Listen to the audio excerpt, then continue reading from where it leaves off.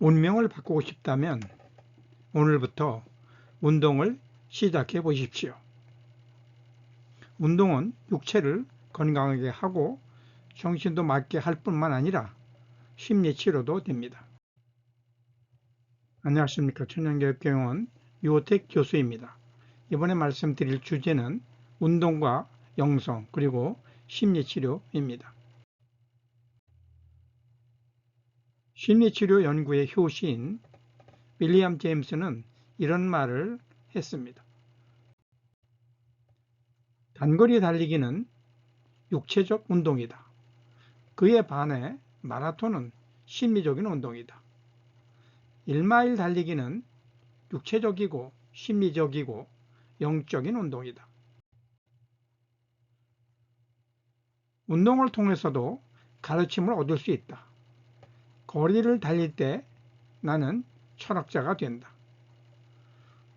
그 순간 나는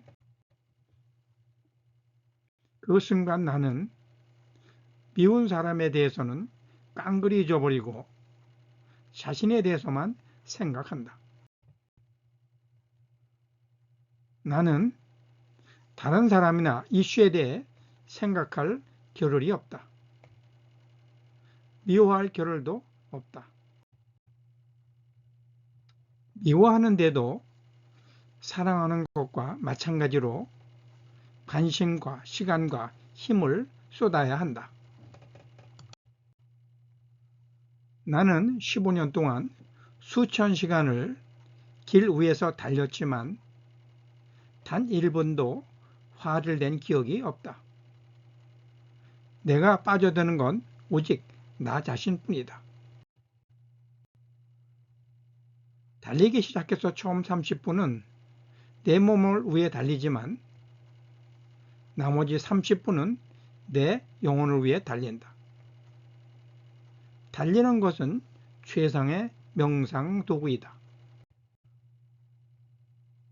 이상이 윌리엄 제임스의 마라톤이 심리치료도 되고 명상도 된다는 운동에 대한 짧은 글입니다.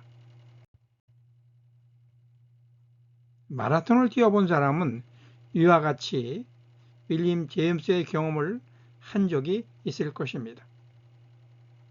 10km 이상의 장거리를 뛰어본 사람이라면 의식을 했든 의식을 하지 않았든 이런 경험을 해봤을 것입니다. 윌리엄 제임스의 말처럼 운동은 심리치료가 됩니다. 하버드대 정신과 의사 존 레티도 운동은 집중력과 침착성을 높이고 충동성을 낮추어 우울증 치료제인 프로작과 리탈린을 복용하는 것과 비슷한 효과가 있다고 말하면서 운동이 심리치료가 될 수 있음을 주장했습니다.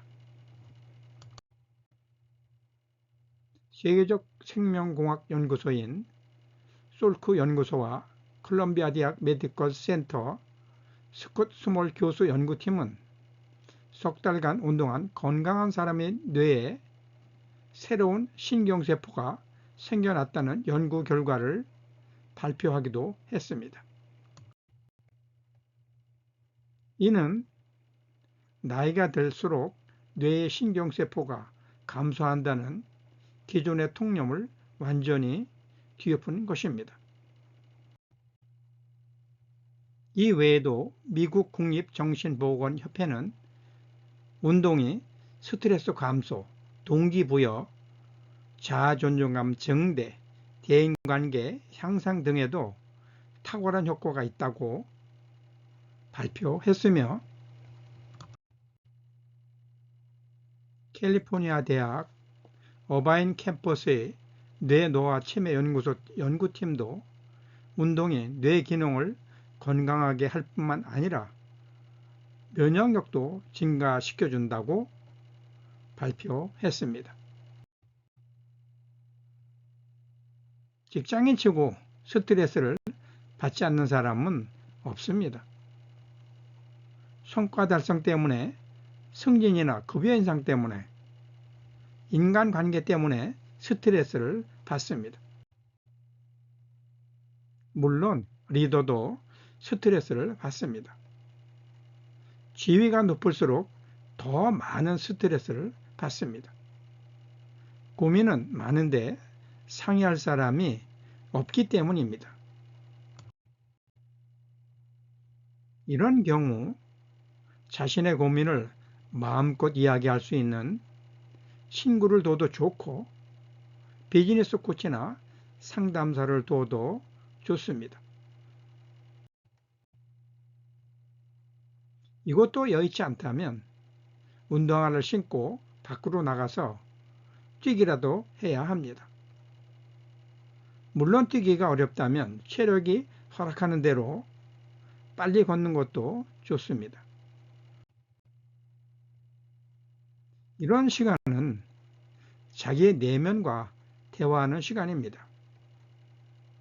마음을 정리하는 시간이고 새로운 아이디어를 얻는 시간입니다. 걷거나 뛰는 것도 일종의 명상과 같이 스트레스를 해소하는 데 도움이 됩니다.